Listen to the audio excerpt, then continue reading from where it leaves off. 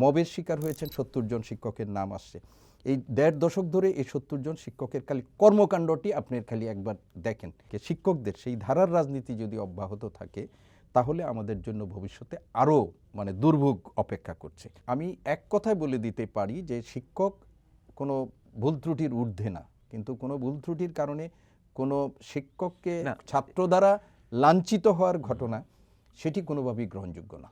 ২০২৪ সালের জুলাই আন্দোলনের মধ্য দিয়ে ওই বছরের ৫ আগস্ট সরকার পতন হয়, গণ অভ্যুত্থানের মধ্য দিয়ে একটা নতুন সরকার আসে, অন্তর্বর্তী সরকারের আওতায় এই ১.৫ বছর ধরে চলছে দেশ। সেই সময় থেকেই এখন পর্যন্ত বিশ্ববিদ্যালয় অঙ্গন আসলে শান্ত হয়নি বলা যায়। সর্বশেষ ঢাকা বিশ্ববিদ্যালয়ে বিশেষত ভূমিকম্পের পরপর নিরাপত্তা শঙ্কা থেকে ভ্যাকেন্ট করা হয়, হল ভ্যাকেন্ট করা হয়, সেটা এখনও চলছে। এর সাথে শীতকালীন ছুটিটা হয়তো যুক্ত হয়ে গেছে। কিন্তু এর মাঝেই আমরা দেখেছি শিক্ষকদের পদত্যাগের দাবিতে আন্দোলন করতে, শিক্ষকদের ধাওয়া করতে দেখেছি শিক্ষার্থীদের, বিশেষত নির্বাচিত ছাত্র প্রতিনিধিদের। রাকসুতে আমরা দেখেছি রাকসু প্রতিনিধিদের দাবির মুখে ৬ ডিন পদত্যাগ করতে বাধ্য হয়েছেন। এই যখন পরিস্থিতি, এই শিক্ষাঙ্গন নিয়ে আমরা কথা বলবো। আমাদের সঙ্গে আছেন ঢাকা বিশ্ববিদ্যালয় কলা অনুষদের ডিন ডক্টর মোহাম্মদ সিদ্দিকুর রহমান খান। সিদ্দিকুর রহমান খান, আপনাকে স্বাগত। বিশ্ববিদ্যালয় অঙ্গন কি অস্থির, মানে এখনো কি ওই অস্থিরতাটা রয়ে গেছে কোনোভাবে? ধন্যবাদ আপনাকে। আপনি যেমনটা আপনার প্রারম্ভিক বক্তব্যে বলেছিলেন যে ছাত্র জনতার একটা রক্তাক্ত গণ অভ্যুত্থানের মধ্য দিয়ে একটা আওয়ামী রেজিমের পতন হয়েছে, প্রধানমন্ত্রী পদত্যাগ করেছেন, দেশ ছেড়ে পালিয়ে গেছেন। তো এর মধ্য দিয়ে ডক্টর মোহাম্মদ ইউনূসের নেতৃত্বে যে সরকার গঠিত হলো, সেই সরকারের পর থেকেই শিক্ষাঙ্গনগুলোতে যে ধরনের মানে অস্থিরতা ছিল, সেই অস্থিরতা কিছুটা কমে আসলেও এখনও অস্থিরতা বন্ধ হয়ে গেছে এমনটা বলা যাবে না। আপনি দেখেন এই যে ছাত্র জনতার যে গণ অভ্যুত্থান, এটার কিন্তু সূতিকাঘাত ছিল বিশ্ববিদ্যালয়ে। ঢাকা বিশ্ববিদ্যালয়ে আপনার মনে আছে যে কোটা বিরোধী যে আন্দোলনটি শুরু হয়েছিল সেটি কিন্তু পরবর্তীতে বৈষম্য বিরোধী আন্দোলনে রূপান্তরিত হয়েছে এবং সর্বশেষ এটি এক দফা সরকার পতনের আন্দোলনে রূপান্তরিত হয়েছিল। এবং এই আন্দোলনগুলো যখন পরিচালিত হচ্ছিল তখন ঢাকা বিশ্ববিদ্যালয় সহ বিভিন্ন বিশ্ববিদ্যালয়ে সেই সময় যারা ক্ষমতাসীন সরকারের যারা সমর্থক শিক্ষকরা ছিলেন, তারাও কিন্তু এই আন্দোলন প্রশমনের জন্য শিক্ষার্থীদের উপর এক ধরনের প্রভাব বিস্তার করার চেষ্টা করেছেন এবং কোনো কোনো সময়ে যে ছাত্র সংগঠনটি এখন সন্ত্রাসের দায়ে নিষিদ্ধ আওয়ামী লীগের সমর্থক ছাত্র সংগঠন ছাত্রলীগ, সেই সংগঠনের সপক্ষে অবস্থান নিয়ে কোনো কোনো শিক্ষক সেই সময় শিক্ষার্থী নিপীড়নের সহায়ক শক্তিতেও বলেছেন। আমাদের দেশের জাতি হিসাবে আমাদের এটা খুবই দুর্ভাগ্যজনক যে আমাদের শিক্ষক যারা আছেন, যে শিক্ষকদের সাথে শিক্ষার্থীদের সম্পর্কটা একটা অন্য রকমের একটা সম্পর্ক। আপনি দেখেন যে পৃথিবীর ইতিহাসে ইউরোপ আমেরিকাতে যে ছাত্র শিক্ষক সম্পর্ক, আমাদের এই উপমহাদেশ বা দক্ষিণ এশিয়ার ছাত্র শিক্ষক সম্পর্ক কিন্তু একরকম না। আপনি একেবারে প্রাচীন ইতিহাস থেকে দেখেন যে গুরু শিষ্যের সম্পর্ক, হ্যাঁ, গুরু শিষ্যের একটা সম্পর্ক। সেই আপনি কবির কাদের নেওয়াজের কবিতাটাকে যদি আপনি প্রতীকী হিসাবে ধরে নেন, তাহলেও কিন্তু এই উপমহাদেশের, ভারতীয় উপমহাদেশের ছাত্র শিক্ষকদের সম্পর্কটা এই রকমই। কিন্তু আপনি তুলনামূলক বিচারে বাংলাদেশের ছাত্র শিক্ষকের এই সম্পর্কটা ক্রমান্বয়ে কিন্তু আমরা বলবো যে ব্যাহত হয়েছে। স্বাভাবিক সম্পর্কের বাইরে গিয়েও ছাত্র শিক্ষক সম্পর্কটা একটা নতুন রূপ ধারণ করেছে, যেটি আমাদের শিক্ষা ব্যবস্থার জন্য খুবই হচ্ছে। এবং এইটার জন্য আমি কেবলমাত্র যে শিক্ষার্থীরা দায়ী তা না, আমরা শিক্ষকরাও আমাদের যে জায়গাটা ছিল, এই জায়গাটাতে একটা বিষয় একটু মানে বিশেষত হচ্ছে এটা তো আছেই, ক্ষতিগ্রস্ত হয়েছে নানাভাবে। আমরা যেরকম একটা সম্পর্ক চেয়েছিলাম বা যেটা কবি কাদের নেওয়াজের কথা আপনি বললেন, শিক্ষাগুরুর শির আজ থেকে চির উন্নত শিক্ষাগুরুর শির, এই যে সেই পংক্তির কথা যদি বলি, সেটাই তো আসলে আমাদের এখানকার শিক্ষক শিক্ষার্থী বা গুরু শিষ্য পরম্পরার সম্পর্কের মূল রসায়নটা সেখানেই ছিল। কিন্তু সেটা আমি ধরলাম যে একটা জায়গায় বিনষ্ট হয়েছে। কিন্তু শিক্ষককে শিক্ষার্থী ধাওয়া দিচ্ছেন, বা আমরা ৫ আগস্টের পট পরিবর্তনের পর সেই সময়টা খুবই অস্থির একটা সময়, সেটা আমি মেনেও নিচ্ছি। কিন্তু সেখানে আমরা দেখলাম যে প্রধান শিক্ষককে বিশ্ববিদ্যালয় অঙ্গনে শিক্ষার্থীর বয়স বিবেচনায় অনেক ম্যাচিউর একটা কন্ডিশনে থাকে, সেখানে নিয়ন্ত্রণ বলি বা নানা ফরম্যাটের রাজনীতির প্রবেশ ঘটে। কিন্তু শিক্ষা যখন সেটা স্কুল পর্যায়ের হয়, আমরা দেখেছি যে প্রধান শিক্ষককে রীতিমতো গালিগালাজ করতে, এক প্রধান শিক্ষককে গাছের সঙ্গে বেঁধে রাখতে দেখেছি আমরা। দেখেছি, জি। তো এই যে এটাকে আপনি আসলে শিক্ষক হিসেবে আপনার কাছে কি মনে হয় যে এই জায়গাটা আসলে কেমন হওয়া উচিত? প্রথম কথা হলো যে আপনি যে কথাটি বলেছেন যে এই 5 আগস্টের পর মানে পট পরিবর্তিত অবস্থায় তাৎক্ষণিক মানে প্রতিক্রিয়া হিসাবে দেশের বিভিন্ন জায়গায় এমন হয়েছে। ইভেন ঢাকা বিশ্ববিদ্যালয়েও বিভিন্ন পদ থেকে বলপূর্বক শিক্ষককে অব্যাহতি দেওয়ার মতো অনেক ঘটনা ঘটেছে। আমরা এই দেশে আপনি দেখেছেন যে শিক্ষককে কান ধরে উঠ বসানো, শিক্ষকদেরকে দিগম্বর করে ফেলার অনেক ঘটনা কিন্তু অনেক আমাদের এই ঘটনা দেশের আছে। মধ্যে। কিন্তু একজন শিক্ষক হিসাবে যখন আমরা শিক্ষার্থীর হাতে শিক্ষকদের এই লাঞ্ছনার ঘটনা দেখি, তাহলে কিন্তু আমরা এটা খুবই মর্মাহত হই। আমার শিক্ষক হওয়ার দরকার নেই, একজন বিবেকবান মানুষ হিসাবে কিন্তু এটা আমাদেরকে খুব পীড়ার দেয়। শিক্ষক কিন্তু একজন মানুষ এবং তিনি ভুল ত্রুটি এগুলোর ঊর্ধ্বে না, এবং তিনি অপরাধ করতে পারেন, ভুল ত্রুটি তার মধ্য দিয়ে হতে পারে, কিন্তু তিনি যদি কোনো অপরাধ করে থাকেন সেই অপরাধের মানে সাজা দেশের দেওয়ার জন্য জন্য প্রাতিষ্ঠানিক আইন আছে, যে প্রতিষ্ঠানে তিনি কর্মরত আছেন সেই প্রাতিষ্ঠানিক কিন্তু আইন আছে এবং দেশের প্রচলিত আইন আছে, এবং তিনি কোনো যদি ভুল করে থাকেন, কোনো যদি অপরাধ করে থাকেন, তাহলে তাকে দুইভাবে জবাবদিহির আওতায় আনা যায়। একটা হলো যে প্রাতিষ্ঠানিক আইনগুলোর মাধ্যমে তাকে জবাবদিহির আওতায় আনা যায়, এবং একই সাথে তাকে দেশের প্রচলিত আইনের মাধ্যমে জবাবদিহির আওতায় আনা যায় বা বিচারের আওতায় আনা যায়, যেভাবেই বলি না কেন। কিন্তু কোনোভাবেই কোনো শিক্ষার্থী কোনো শিক্ষককে জবরদস্তিমূলকভাবে পদচ্যুত করা বা তাকে কোনো শারীরিকভাবে লাঞ্ছনা করা, সে যে মতাদর্শের হোক না কেন, এইটা শিক্ষক হওয়া লাগবে না, একজন বিবেকবান মানুষ হিসাবে কেউ কিন্তু এটা সমর্থন করতে পারে না। এবং সাম্প্রতিক সময়ে আমাদের যেগুলো ঘটনা হয়েছে, ঢাকা বিশ্ববিদ্যালয়ের সর্বশেষ যে ঘটনাটির কথা বলেছেন, যেহেতু আমি একটা ডিন হিসাবে একটা ফ্যাকাল্টির দায়িত্ব পালন করছি এবং ঢাকা বিশ্ববিদ্যালয়ের শিক্ষকদের একটা সংগঠনের সাথেও আমি যেহেতু যুক্ত আছি, সেই দিন সন্ধ্যাবেলায় আমরা কিন্তু দলগতভাবে গিয়ে আমাদের ঢাকা বিশ্ববিদ্যালয়ের উপাচার্যের কাছে এটা আমরা খুব কড়া প্রতিবাদ করেছি, এবং আমরা বলেছি যদি কোনো শিক্ষক যদি কোনো অপরাধের সাথে যুক্ত থাকে তাহলে সেই জন্য বিশ্ববিদ্যালয়ের আইন এবং দেশের প্রচলিত আইনের জন্য, কিন্তু আমার কোনো শিক্ষার্থী আমার শিক্ষককে লাঞ্ছিত করবে, শিক্ষককে যেটি বললেন যে ধাওয়া দিয়ে তাকে ইয়ে করবেন, সেটার কিন্তু আমরা প্রতিবাদ জানিয়েছি। শুধু তাই না, আমরা উপাচার্যকে অনুরোধ করেছি যারা এই ধরনের কর্মকাণ্ডের সাথে যুক্ত আছেন তাদেরকে বিশ্ববিদ্যালয়ের যে আমাদের আইন আছে সেই আইনের তাদের বিরুদ্ধে ব্যবস্থা গ্রহণ করার। আমি এক কথায় বলে দিতে পারি যে শিক্ষক কোনো ভুল ত্রুটির ঊর্ধ্বে না, কিন্তু কোনো ভুল ত্রুটির কারণে কোনো শিক্ষককে ছাত্র দ্বারা লাঞ্ছিত হওয়ার ঘটনা, সেটি কোনোভাবেই গ্রহণযোগ্য না। আমাদের এর আগেও কিন্তু রাজনৈতিক পট পরিবর্তন এবার আমাদের প্রথম নয়। জি, হ্যাঁ, এর আগে হয়েছে, এবার একটা রক্তক্ষয়ী একটা বিষয়ের মধ্য দিয়ে ঘটেছে এবং প্রচণ্ড রকমের এক ধরনের অস্থিরতা হয়েছে। সেই জায়গা থেকে এটা আলাদাভাবে এক ধরনের চিহ্নিত করার একটা সুযোগ আছে।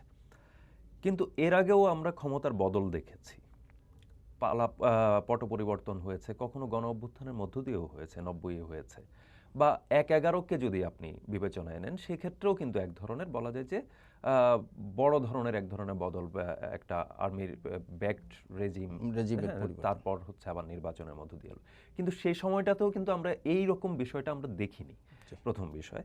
দ্বিতীয় বিষয় হচ্ছে আমরা এর আগে ছাত্র আন্দোলন, কোনো একটা ইস্যু কেন্দ্রিক ছাত্র আন্দোলনের মুখে হয়তো কাউকে পদত্যাগ, সেটা মূলত হচ্ছে শিক্ষকের বদলে একটা নির্দিষ্ট পদ, প্রশাসনিক পদ থেকে পদত্যাগের ইস্যুগুলো ছিল। এবার যে বিষয়টা হলো, আপনি বললেন যে সাদা দলের পক্ষ থেকে আপনারা উদ্বেগ জানিয়েছেন এবং প্রতিবাদ জানিয়েছেন ব্যক্তিগতভাবে উপাচার্যের সঙ্গে দেখা করে, দলগতভাবে উপাচার্যের সঙ্গে দেখা করে। এটা কেন পাবলিকলি, মানে এটা পাবলিকলি মেসেজ যাওয়াটা কি জরুরি ছিল না, যে সাদা দল খুবই দৃঢ়ভাবে এটা প্রতিবাদ জানাচ্ছে? তাহলে তো একটা বার্তা যেত হয়তো, যে এখন হয়তো রাকসুতে আমরা এটা হতে দেখতাম না। কারণ রাকসুর কেসে একটু ছোট করে যদি একটা ইনফরমেশন বলি, যে রাকসুর ঘটনাতে আমরা যেটা জানতে পেরেছি যে পরীক্ষার ফলাফল দেওয়াটা বিলম্বিত হয়ে যেতে পারে। একজন শিক্ষক জানিয়েছেন যে এটার ফলে এই ধরনের একটা জটিলতায় পড়তে পারে, সেইটা নিয়েও তিনি উদ্বেগ জানান, তিনি হয়তো পরে পদত্যাগও করেছেন, বা তিনি এই ধরনের একটা বিষয় আমাদের কাছে তথ্য এসেছে। তো এই সব কিছু মিলে আপনাদের ওই পদক্ষেপটা যদি প্রকাশ্যে এবং পাবলিক স্ফেয়ারে হতো। জি। এর আগে আমরা দেখেছি বিবৃতি দিতে, প্রতিবাদ লিপি দিতে। সেটা কেন আপনারা আচ্ছা, করলেন? আমি আপনাকে একটু জিনিস এটুকু আমি প্রথম কথা হলো স্পষ্ট করতে চাই যে হুম, যে কোনোভাবেই হোক এই ধরনের মানে যা হচ্ছে সেগুলো কাম্য না এবং এগুলো আমরা সমর্থন করি না, এগুলোর প্রতিবাদ জানাই আমরা, এগুলো অবিলম্বে বন্ধ করতে হবে। কিন্তু একটা জিনিস আপনি যেটা বলেছেন যে একটা ব্যাকগ্রাউন্ড বলেছেন যে বাংলাদেশের ইতিহাসে আমরা এমন ঘটনা কিন্তু অনেক দেখেছি যে আমাদের একটা অভ্যুত্থান হয়েছে, অভ্যুত্থান পরবর্তী সময়ে বা একটা আন্দোলনের মধ্য দিয়ে সরকার পট পরিবর্তন হয়েছে, কিন্তু এই ধরনের ঘটনা হয়নি। কিন্তু একটা জিনিস আমাদেরকে মনে রাখতে হবে যে 15 বছর ধরে আমরা শিক্ষকরা কিন্তু নিজেদের অবস্থানটাও ধরে রাখতে পারিনি। আপনি দেখেন 5 তারিখে সরকারের গণ অভ্যুত্থানের মধ্য দিয়ে পতন হয়েছে। 3 তারিখে ঢাকা বিশ্ববিদ্যালয়ে একটা নীলদল সমর্থক শিক্ষকদের এইটাই একটা সমাবেশ হয়েছে এবং সেই সমাবেশ থেকে কয়েকজন শিক্ষক এই আন্দোলনকারীদের দমন করার জন্য এবং তাদেরকে ট্যাগিং করে যে ভাষায় বক্তব্য রেখেছে, এটা কিন্তু ইতিপূর্বে আমাদের শিক্ষকদের এই ধরনের কাজ কিন্তু আমরা শিক্ষকরা কখনো করিনি। আমরা প্রত্যেকেই রাজনীতির সাথে যুক্ত ছিলাম, রাজনৈতিক আদর্শকে আমরা লালন করেছি, কিন্তু আমরা ছাত্রদের মুখোমুখি দাঁড়িয়ে যেতে পারি বা প্রতিপক্ষ বানিয়ে তাদেরকে দমন নিপীড়নের অংশ হিসাবে নিজেদেরকে প্রতিষ্ঠা, এটা কিন্তু আগে কখনো ছিল না। গত 1.5 দশকে এটা বাংলাদেশে হয়েছে। এবং আপনি দেখবেন যে 3 তারিখে যে প্রধানমন্ত্রীর সাথে যারা বিশ্ববিদ্যালয়ের শিক্ষক বা দলীয় শিক্ষকরা গিয়েছিলেন, সেখানে আমরা পরবর্তীতে আপনাদের গণমাধ্যমেই বলা হয়েছে যে সেখানে কেন তাদেরকে কঠোর হস্তে, এমনকি গুলি করার জন্য কোনো কোনো শিক্ষক কিন্তু ওই প্রধানমন্ত্রীকে উদ্বুদ্ধ করে ভাষণ দিয়েছেন। এটা তো শিক্ষকের কাজ হতে পারে না। তো একদিকে হলো যে আজকে ছাত্ররা যেটি করেছে সেটাও না, কিন্তু 1.5 দশকে এমন একটা পরিস্থিতি কিন্তু আমরা শিক্ষকরা কেউ কেউ তৈরি করেছি, যেটা আমাদের ছাত্র শিক্ষকের যে স্বাভাবিক সম্পর্ক, সেই স্বাভাবিক সম্পর্ক আপনি ধরেন ঢাকা বিশ্ববিদ্যালয়ের মবের শিকার হয়েছেন 70 জন শিক্ষকের নাম আসছে। এই 1.5 দশক ধরে এই 70 জন শিক্ষকের খালি কর্মকাণ্ডটি আপনি খালি একবার দেখেন কি করেছেন, এবং ছাত্রদেরকে শিক্ষক হয়ে কলার ধরে টেনে নিয়ে ছাত্রকে প্রহার করার ঘটনা, এইগুলো ঢাকা বিশ্ববিদ্যালয় বা বিশ্ববিদ্যালয়ের কোনো শিক্ষকের কাছ থেকে এটা আমরা কখনো চাইনি। কিন্তু তার মানে এই অজুহাত দেখিয়ে কোনো শিক্ষককে শারীরিকভাবে লাঞ্ছনা এবং ছাত্রদের দ্বারা, সেটাও কিন্তু আমরা সমর্থন করি না। আপনি যেটা বলছিলেন যে সাদা দল কেন, আপনি আপনার সামনে যে ব্যক্তিটি বসে আছে তিনিও কিন্তু শারীরিকভাবে একরকমের লাঞ্ছিত হওয়ার ঘটনা আছে, কিন্তু এর প্রতিকার কিন্তু ঢাকা বিশ্ববিদ্যালয়ে হয়নি। ঢাকা বিশ্ববিদ্যালয়ের প্রশাসনের কাছে দাবি জানিয়ে এগুলোর প্রতিকার হয়নি। সেইগুলোর যদি প্রতিকার হতো, আজকে আমাদেরকে এই ধরনের অনাকাঙ্ক্ষিত পরিস্থিতির মুখোমুখি হতে আমরা দেখতাম না। তো আজকে যেটা আমরা বলছি যে আপনি হয়তো বিবৃতিটা আমাদের দেওয়া হয়নি, কিন্তু তাৎক্ষণিকভাবে আমাদের প্রতিবাদটা হয়েছে। এবং রাজশাহী বিশ্ববিদ্যালয়ের আপনি দেখবেন যারা সাদা দল সমর্থক শিক্ষকরা যারা আছেন, তারা কিন্তু আনুষ্ঠানিকভাবে যে প্রতিবাদ করেছেন এবং এই ধরনের মবক্রেসির মাধ্যমে কোনো শিক্ষককে পদত্যাগে বাধ্য করা, সেটা কিন্তু মানে বিএনপি সমর্থক যে শিক্ষকরা আছেন তারা কিন্তু দলবদ্ধভাবে, বিবৃতি না দিলেও দলবদ্ধভাবে গিয়েছেন, মিডিয়াকেও তারা কথা বলেছেন। আর আমাদের ঢাকা ইউনিভার্সিটির এই ঘটনাটাতে আমরা দলীয়ভাবে বিবৃতি দেইনি, কিন্তু আমাদের অবস্থানটা অত্যন্ত স্পষ্ট ছিল এবং উপাচার্য আমাদেরকে উনি প্রতিশ্রুতি দিয়েছিলেন যে তিনি ডাকসুর নেতৃত্বকে আনবেন এবং এনে তাদের সাথে কথা বলবেন যে ঢাকা বিশ্ববিদ্যালয়ের ক্যাম্পাসে যেন এই ধরনের ঘটনার পুনরাবৃত্তি না হয়, এটার জন্য তিনি বলেছেন। আরেকটা জিনিস হলো যে বিশ্ববিদ্যালয়ের প্রশাসনের কাছেও আমাদের এটা যে কিছু শিক্ষকের বিরুদ্ধে যে ধরনের অভিযোগগুলো হয়েছিল, বিশেষ করে এই গণ অভ্যুত্থানের বিরুদ্ধে তাদের যে অবস্থান এবং ছাত্রদের উপর, বিশেষ করে আপনি জানেন যে 16 জুলাই যে ঢাকা বিশ্ববিদ্যালয়ে 15 জুলাই যে ছাত্রদের উপর আক্রমণ হয়েছিল, সেই আক্রমণটাতে কিছু সহযোগী শিক্ষকের ব্যাপারে তদন্ত কমিটি হয়েছে, তাদের রিপোর্টও কিন্তু বিশ্ববিদ্যালয়ের কাছে গিয়েছে। বিশ্ববিদ্যালয়ে যখন এই 15 মাসে তাদের বিরুদ্ধে যখন কোনো ব্যবস্থা, তখন ছাত্রদের মধ্যে একটা ক্ষোভ তৈরি হয়েছে। আমরা উপাচার্য মহোদয়কে এইটাও অনুরোধ করেছি যে স্যার আপনারা অন্ততপক্ষে যাদের বিরুদ্ধে হয়েছে, বিশ্ববিদ্যালয়ের আইন আছে স্যার, সেই আইনের মধ্যে দিয়ে তাদের বিরুদ্ধে আপনি দৃশ্যমান কিছু ব্যবস্থা হলে কিন্তু ছাত্ররা এই কাজটি করতো না। কিন্তু আমরা যেটা বলছি এবং আজকে আপনাদের মাধ্যমে আমাদের যে ছাত্ররা আছে তাদের কাছ থেকেও আমি এই বার্তাটা দিতে চাই যে বিশ্ববিদ্যালয় প্রশাসনকে আপনারা বাধ্য করুন, যদি কারো বিরুদ্ধে অভিযোগ থাকে তাহলে বা কোনো শিক্ষা প্রতিষ্ঠানের কোনো শিক্ষকদের বিরুদ্ধে যদি কোনো ব্যবস্থা থাকে, আপনারা সংশ্লিষ্ট প্রশাসনকে বাধ্য করুন এই ব্যাপারে ব্যবস্থা বিশ্ববিদ্যালয়ে প্রচলিত। কিন্তু কোনো অজুহাতেই কোনো শিক্ষককে শারীরিক বা মানসিকভাবে লাঞ্ছনা করার যে প্রবণতা আমরা লক্ষ্য করছি, এটা কিন্তু দীর্ঘমেয়াদী আমাদের শিক্ষার উপর কিন্তু একটা বড় নেতিবাচক প্রভাব পড়বে।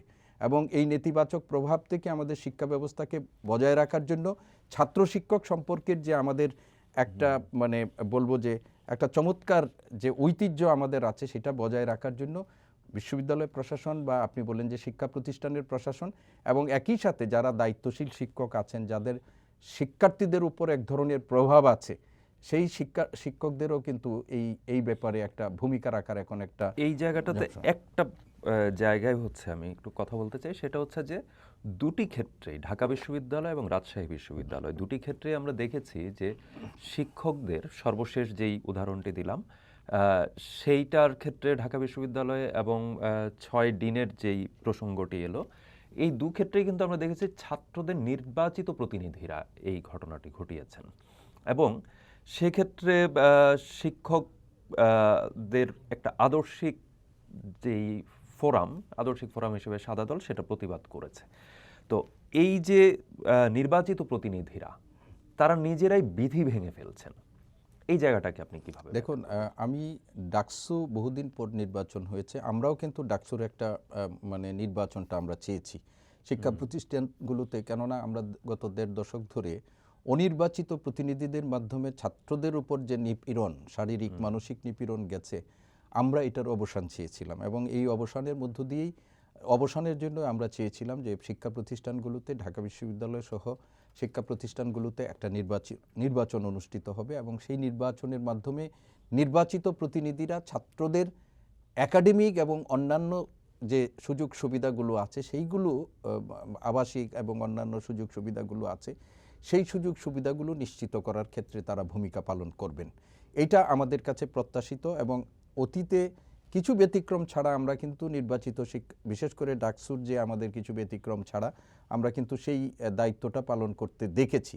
গণতন্ত্র পুনরুদ্ধার দেশে মানে সেইখানেও কিন্তু ডাকসু বরাবর ভূমিকা পালন করেছে। তো এইবারও আমাদের সেই জায়গাটার মানে আশাটা আমাদের আছে।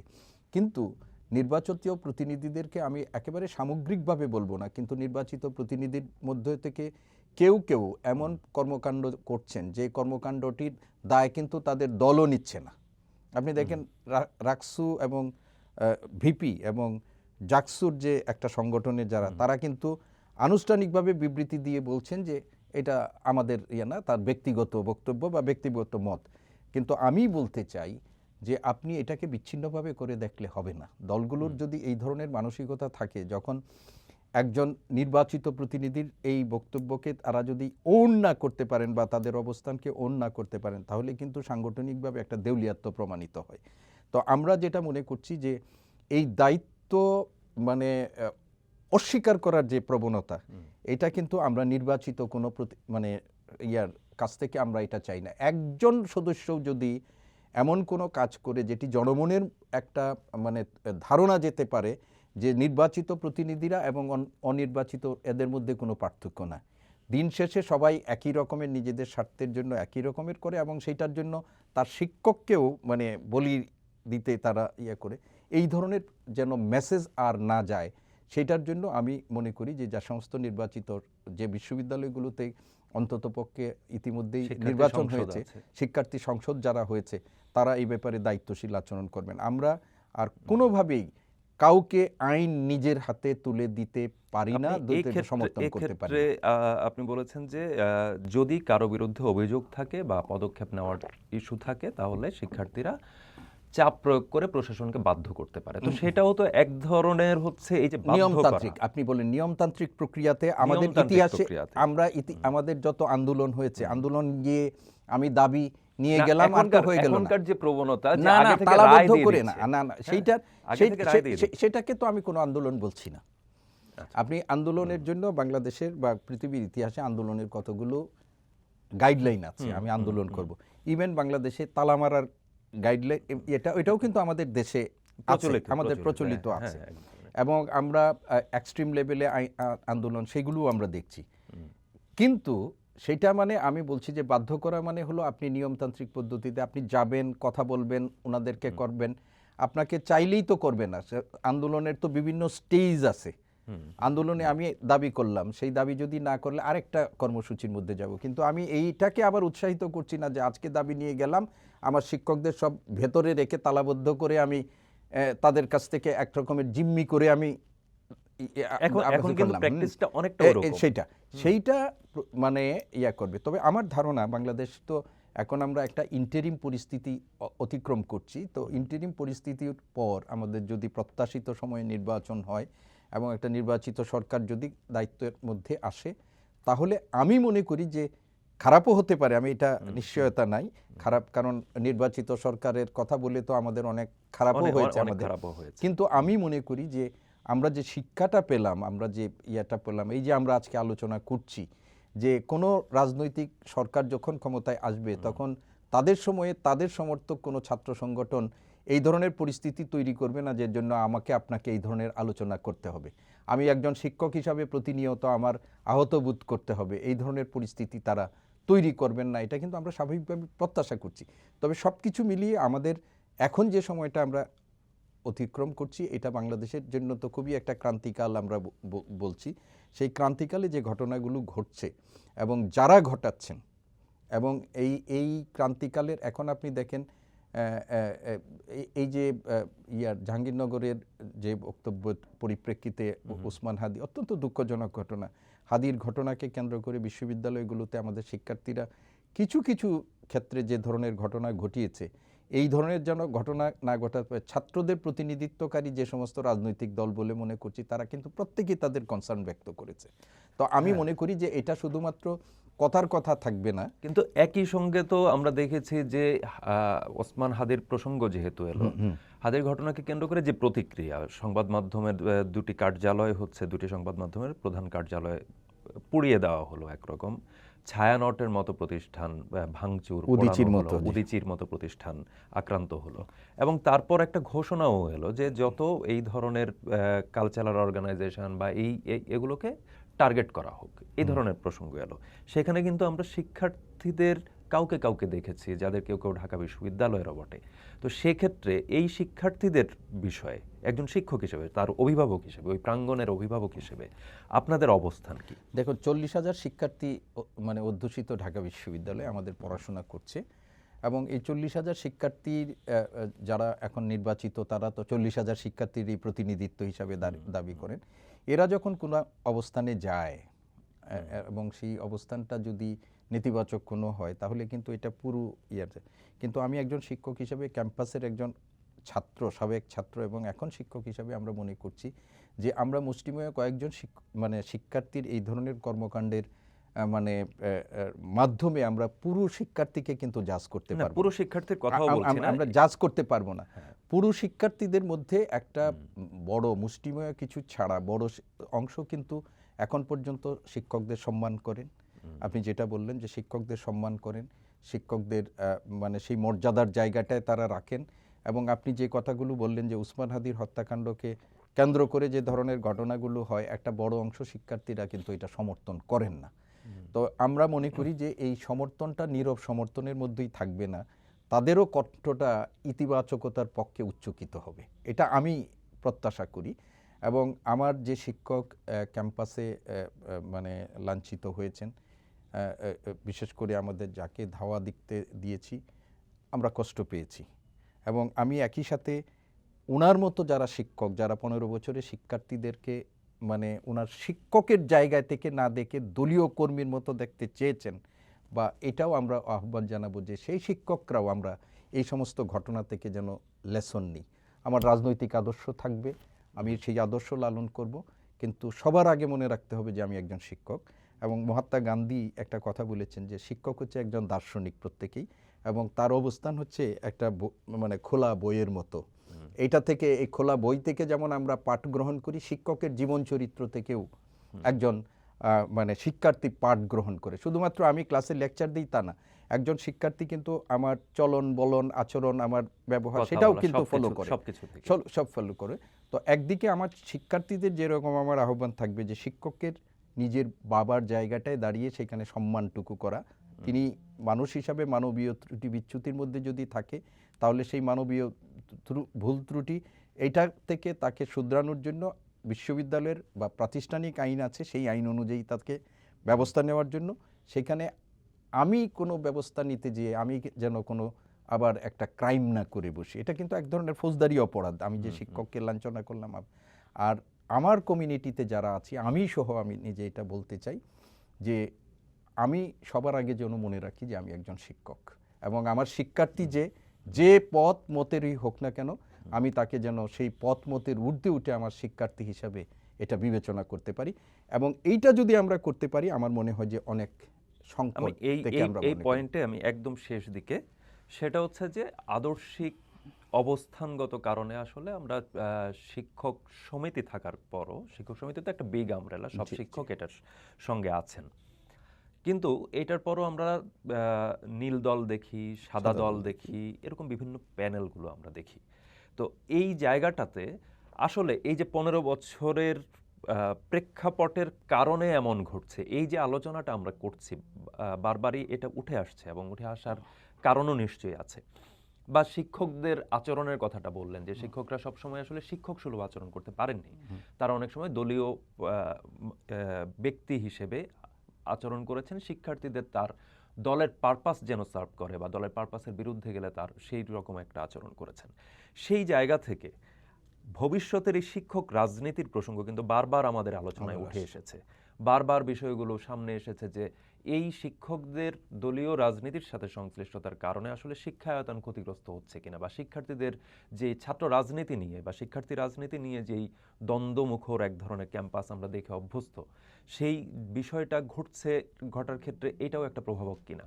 তো সেই ক্ষেত্রে এখন আওয়ামী লীগ সরকার নেই, নীল দলের প্রভাব বলয় নেই, বা প্রভাব বলয় তার অনুসারী শিক্ষক থাকলেও সে হয়তো এখন সেই ক্ষমতার ব্যবহারটা করতে পারছে না, হয়তো সামনে বিএনপি ক্ষমতায় আসতে পারে, সেক্ষেত্রে সাদা দলের যারা সমর্থক বা অনুসারী তারা হয়তো সামনের সারিতে চলে আসবেন। তো সেই ক্ষেত্রে এই বিচ্যুতির আশঙ্কা তো আমাদের সবসময় থেকে যাচ্ছে। সেইটার আসলে আপনার পরামর্শ কি থাকবে, বা আপনি কিভাবে দেখেন যে এটা থেকে আসলে বের হওয়ার রাস্তা কোথায়? আপনি ঢাকা বিশ্ববিদ্যালয়ের ইতিহাস হলো 100 বছরের ইতিহাস। এই 100 বছরে কোনো না কোনোভাবে ঢাকা বিশ্ববিদ্যালয়ের শিক্ষকরা রাজনীতির সাথে যুক্ত ছিলেন। একটা বিশ্ববিদ্যালয়ের প্রধান দায়িত্ব হলো বিদ্যমান জ্ঞানের চর্চার মধ্য দিয়ে এটাকে বিকশিত করা এবং গবেষণার মাধ্যমে নতুন জ্ঞান সৃষ্টি করা। এটা পৃথিবীর সব বিশ্ববিদ্যালয় এই দায়িত্বটা পালন করে। ঢাকা বিশ্ববিদ্যালয়ের যাত্রা শুরু হয়েছিল এই লক্ষ্যটা নিয়ে, কিন্তু একেবারে অনিবার্য কারণে ঢাকা বিশ্ববিদ্যালয়কে কিন্তু এই দেশ জাতি এটা সম্পর্কে ভাবতে হয়েছে। আমাদের পূর্ব বাংলাতে আমাদের যে মধ্যবিত্ত শ্রেণীর বিকাশ, এই মধ্যবিত্ত শ্রেণী তো রাজনীতির নিয়ামক হয়, এটার বিকাশের মূল জায়গাটা ছিল ঢাকা বিশ্ববিদ্যালয়। এবং এইখানে আপনি দেখেন যে ব্রিটিশ বিরোধী শেষ দিকের আন্দোলনটায় ঢাকা বিশ্ববিদ্যালয়কে যুক্ত হতে হয়েছে। পাকিস্তান আমলের যে 24 বছরের আমাদের যে উপনিবেশ বিরোধী নব্য উপনিবেশ লড়াই, সেটাতে ঢাকা বিশ্ববিদ্যালয়ের শিক্ষকদেরকে অনিবার্যভাবে যুক্ত হতে হয়েছে। অনেকে যে শখ করে যুক্ত হয়েছেন তা না, আমাদের সাংস্কৃতিক আন্দোলনের থেকে রাজনৈতিক আন্দোলনের রূপান্তর, এই প্রক্রিয়াতে ঢাকা বিশ্ববিদ্যালয়কে যুক্ত হতে হয়েছে। মুক্তিযুদ্ধ পরবর্তী সময়ে এই যে ঢাকা বিশ্ববিদ্যালয়ের 100 বছরের যে আমাদের যে অগ্রযাত্রা, সেই অগ্রযাত্রাতে ঢাকা বিশ্ববিদ্যালয়ের ছাত্র শিক্ষকদের রাজনীতিতে একটা ভূমিকা এবং জাতি রাষ্ট্র গঠনে। কিন্তু মুশকিল হয়েছে, আপনি দেখবেন যে গত 2 দশক বা এই সময়ের মধ্য দিয়ে শিক্ষক রাজনীতি একটা কুলসিত রূপ লাভ করেছে। যে আমরা যারা যখন ক্ষমতাসীন, সেই ক্ষমতাসীনদের মানে বলয়ের সাথে আমরা এমনভাবে যুক্ত হয়ে গেছি যেটা আমাদের ঢাকা বিশ্ববিদ্যালয়ের ঐতিহ্যবাহী রাজনীতির যে চিত্র সেটাকে। আর গত 1.5 দশক এটা হয়েছে কারণ একটানা কোনো দল এতদিন ছিল না। ফলে আমি 5 বছর একটা দল যেখানে একটু থেকেছে, 5 বছর পরে তার মনে হয়েছে যে আমাকে মনে রাখতে হবে। কিন্তু একটানা একটা দল দীর্ঘদিন ক্ষমতায় থাকায় এবং সেইখানে বিশ্ববিদ্যালয়ে প্রভাব বলয় বিস্তার করার যে চেষ্টা, সেই চেষ্টায় ছাত্র এবং শিক্ষকদেরকে সমভাবে যুক্ত করার যে চেষ্টা, এবং ছাত্র এবং শিক্ষক, বিশেষ করে শিক্ষকদের একই সাথে অনেক কিছু চাওয়া পাওয়াকে কেন্দ্র করে যেভাবে যুক্ত হওয়ার রাজনীতিতে, আমরা কিন্তু আমার 30 বছরের বিশ্ববিদ্যালয়ে এমন অবস্থা আমি কখনো দেখিনি। আপনি দেখেন শিক্ষক সমিতির কথা বলেছেন, শিক্ষক সমিতির আপনি মানে বিশেষ করে এই আওয়ামী রেজিমটায় দেখবেন যে শিক্ষক সমিতির কাজ বিশ্ববিদ্যালয়ের শিক্ষকদের কল্যাণমূলক কোনো কিছু না, সরকার কি করলো সেটার সাথে তাল মিলিয়ে চলার একটা প্রবণতা। 15 তারিখে যেদিন আমাদের ছাত্রদের উপর আক্রমণ হলো ঢাকা বিশ্ববিদ্যালয়, এবং এটা এক দফার আন্দোলনে যে টার্ন করলো, 16 তারিখে শিক্ষক সমিতির যে আমাদের, আপনি জানেন যে আমাদের তখন প্রত্যয় স্কিম নিয়ে শিক্ষক সমিতির যুগপৎ আন্দোলন হচ্ছিল।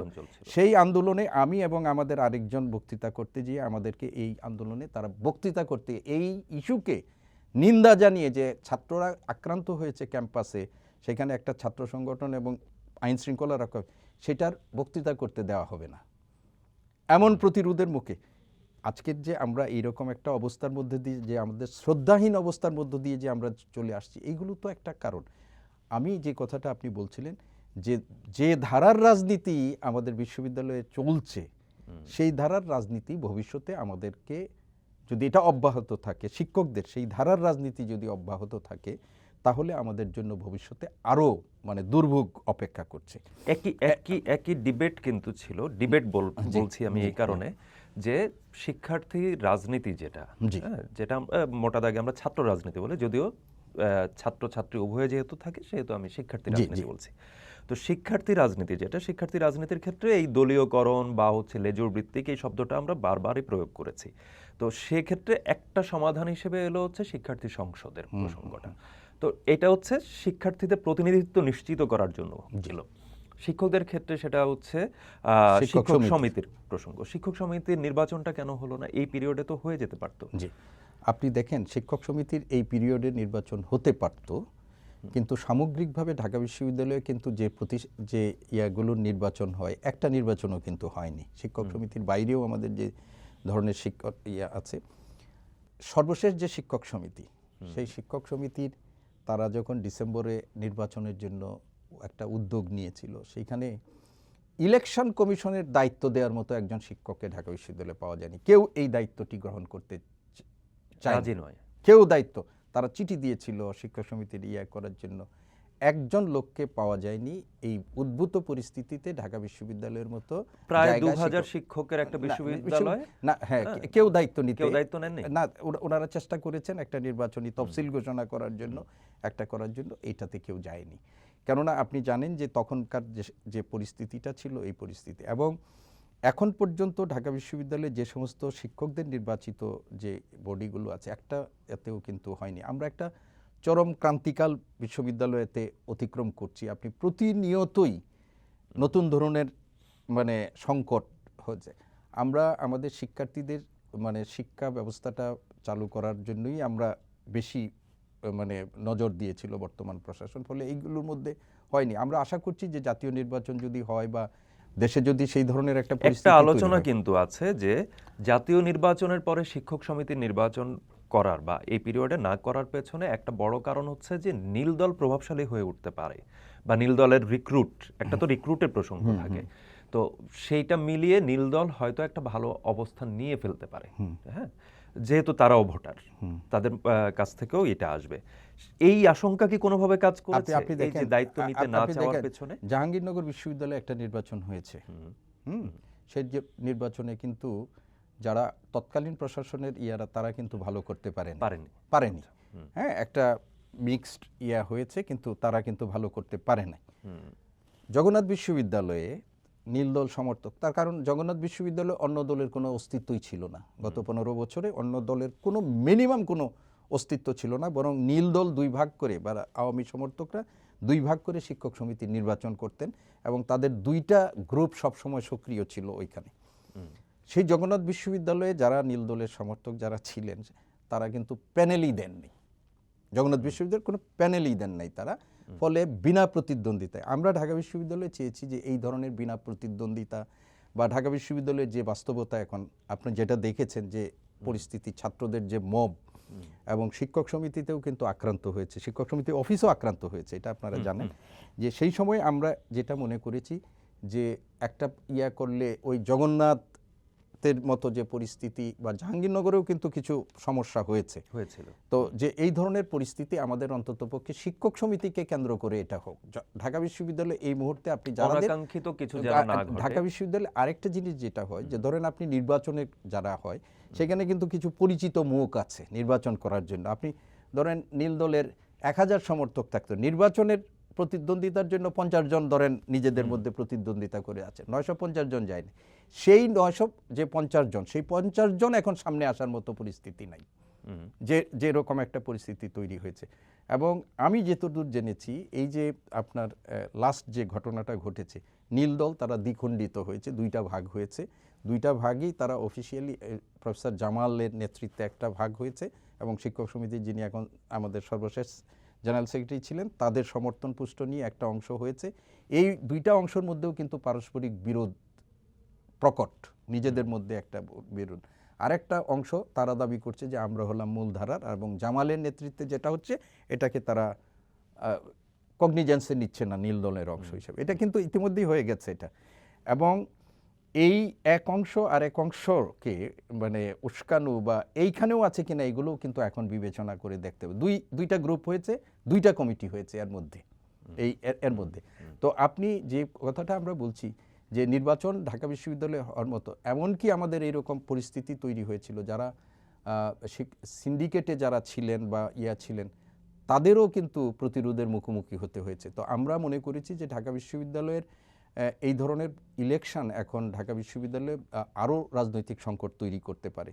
সেই জন্য আমরা এখন আমাদের যে একাডেমিক কার্যক্রমটাকে ধারাবাহিকতা রক্ষা করার জন্যই আমাদের এই নির্বাচন, যেহেতু দেশে একটা সুস্থির অবস্থা নাই, তো সেই জন্যই আর কেউ ঢাকা বিশ্ববিদ্যালয়ের নির্বাচনের ব্যাপারে আগ্রহী হয়নি। মানে দলীয় আদর্শিক কারণে যেই দল বা নীল দল, সাদা দল বা এই যে ভাগগুলো, সেটার কারণে আসলে হচ্ছে পেশাজীবী সংগঠন ইটসেলফই আসলে হচ্ছে এক ধরনের আকার পাচ্ছে না। আচ্ছা, বিষয়টা তো আলটিমেটলি তাই হয়ে যাচ্ছে। সেটা আপনি বললেন যে দেখেন আমাদের ডাকসু যখন হয়, তো ডাকসুকে তো পুরো প্রতিনিধিত্বশীল একটা সংগঠন, কিন্তু এখানে কিন্তু কেউ কোনো ছাত্র সংগঠন নিজের অস্তিত্ব বিপন্ন করে বা বিলীন করে এখানে আসছে না, নিজের অস্তিত্ব রেখেই তারা এখানে আসছে। যখন সে নির্বাচিত হচ্ছে তখন সবার প্রতিনিধি, কিন্তু নিজের প্ল্যাটফর্মে দাঁড়িয়ে কিন্তু সে একটা আদর্শের প্রতিনিধিত্ব করে। শিক্ষক সমিতিও হচ্ছে আমাদের তাই একই রকম, যে এটা যখন শিক্ষক সমিতিতে আমি নির্বাচিত হয়ে আসলাম, তখন এটা আমাদের সকল শিক্ষকদের প্রতিনিধিত্ব। কিন্তু প্রত্যেকের কিন্তু আদর্শিক জায়গার যে আছে, সেটা আপনি বললেন যে সাদা দল, নীল দল বা গোলাপি দল এক সময় ছিল, এখন ভবিষ্যতে দেখবেন হয়তো অন্য আদর্শিক অলরেডি এটা তৈরি হয়েছে। তো সেই রকম একটা অবস্থানের মধ্য দিয়ে যাবে, এবং এইটা অব্যাহতই থাকবে। কিন্তু যখন আমি শিক্ষক সমিতি হব বা যখন আমি ডাকসু হব, তখন কিন্তু আমি সকলের প্রতিনিধিত্বকারী হব। এটা যদি আমরা হতে পারি, এবং আসলে এটা কেউ তো নিজে আর সকলের প্রতিনিধিত্ব ভোটের সময় হয়, কিন্তু কার্যকর্ত্রী কেউ হয় না, তাদের আদর্শিক অবস্থান থেকে হয়। সেইখানে যদি আদর্শিক অবস্থান থেকে উঠে বৃহত্তর মানে স্বার্থের প্রতিনিধিত্বকারী সংগঠন হয়ে যেতে পারে, তাহলে দেখবেন যে এই ইয়ার থেকে ওইটারই গুরুত্ব বেড়ে যাবে। কিন্তু আসলে আমাদের এখানে এইভাবে এটি দাঁড়ায় নাই। আমি একদম শেষ প্রশ্ন, জি, শেষ প্রশ্নটা হচ্ছে যে সাদা দল এবং নীল দল বাংলাদেশে বহু বছর ধরে, আমরা যখন শিক্ষার্থী ছিলাম বা তারও আগে থেকে বা এখন পর্যন্ত, মূল প্রতিদ্বন্দ্বিতাকারী শিক্ষক রাজনীতির ক্ষেত্রে মূল প্রতিদ্বন্দ্বিতাকারী দুটি ছাতা হচ্ছে, একটা সাদা দল আর একটা নীল দল। নতুন আরেকটি অর্গানাইজেশন ফরমেশনের কথা আমরা জানতে পেরেছি, বা যেটা আপনিও বললেন মাত্র, সেটা মূলত হচ্ছে জামায়াত ইসলামী ঘরানার যারা আছেন সেই অংশটা। এই অংশটা একটা সময় পর্যন্ত সাদা দলের সঙ্গেই ছিলেন। তো সাদা দলের পরবর্তী প্রতিদ্বন্দ্বিতা আসলে কার সাথে হবে? দেখুন, এটা ব্যাকফুটে থাকা নীল দল নাকি হচ্ছে এই নতুন জন্ম নেওয়া? এটা সময় বলবে, এখনই আমাদের সিদ্ধান্ত নেওয়ার মতো অবস্থানে আসেনি। দেখুন, আপনি যেটা বললেন যে শেষোক্ত সংগঠন জামাত ইসলামী যে সংগঠন, তারা নিজেরা এখন পর্যন্ত আনুষ্ঠানিকভাবে এই কথা বলছে না, কিন্তু একটা সংগঠন আত্মপ্রকাশ করেছে ইতিমধ্যেই বিশ্ববিদ্যালয়ের পর্যায়ে। সেই শিক্ষক সংগঠনের যারা নেতৃত্বে আছেন, তারা কম বেশি জামাত ইসলামীর সাথে সম্পৃক্ততা আছেন, এটা আমরা দেখতে পাচ্ছি।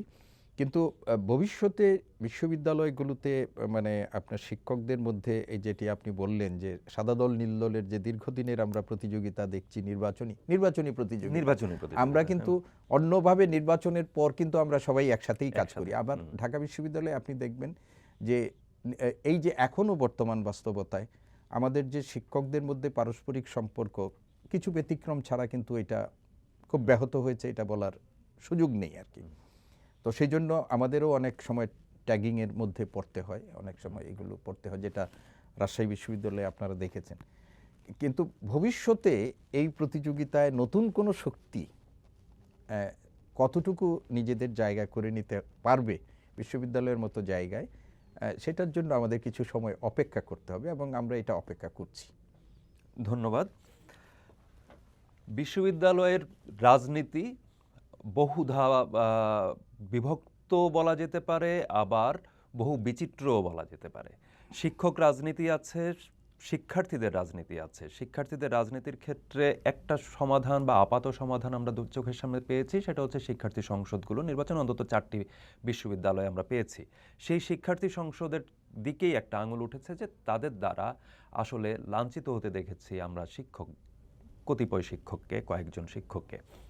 এই বিষয়টি কোনোভাবেই আসলে গ্রহণযোগ্য হতে পারে না বা এই ধরনের জায়গা থাকতে পারে না, সেটা বললেন অধ্যাপক ডক্টর মোহাম্মদ সিদ্দিকুর রহমান খান। তিনি যেটা জোর দিয়ে বলছেন যে শিক্ষকদেরও আসলে শিক্ষক সুলভ আচরণ করতে হবে, শিক্ষার্থীদেরও আসলে শিক্ষার্থী সুলভ আচরণ করতে হবে। ফৌজদারি অপরাধ যেটা হচ্ছে ধাওয়ার ক্ষেত্রে তিনি সরাসরি বলেছেন যে শিক্ষককে ধাওয়া দেওয়া এটা সরাসরি ফৌজদারি অপরাধের পর্যায়ে পড়ে। এই জায়গাগুলোকে শুশ্রূষা করতে হবে, এই জায়গাগুলো থেকে বেরিয়ে আসতে হবে এবং সেটার ক্ষেত্রে ক্ষেত্রেই শিক্ষার্থী এবং শিক্ষক দুই ক্ষেত্রেই আসলে সুস্থ রাজনীতির চর্চা ছাড়া আর কোনো বিকল্প আসলে নেই। ধন্যবাদ, আজ এ পর্যন্তই।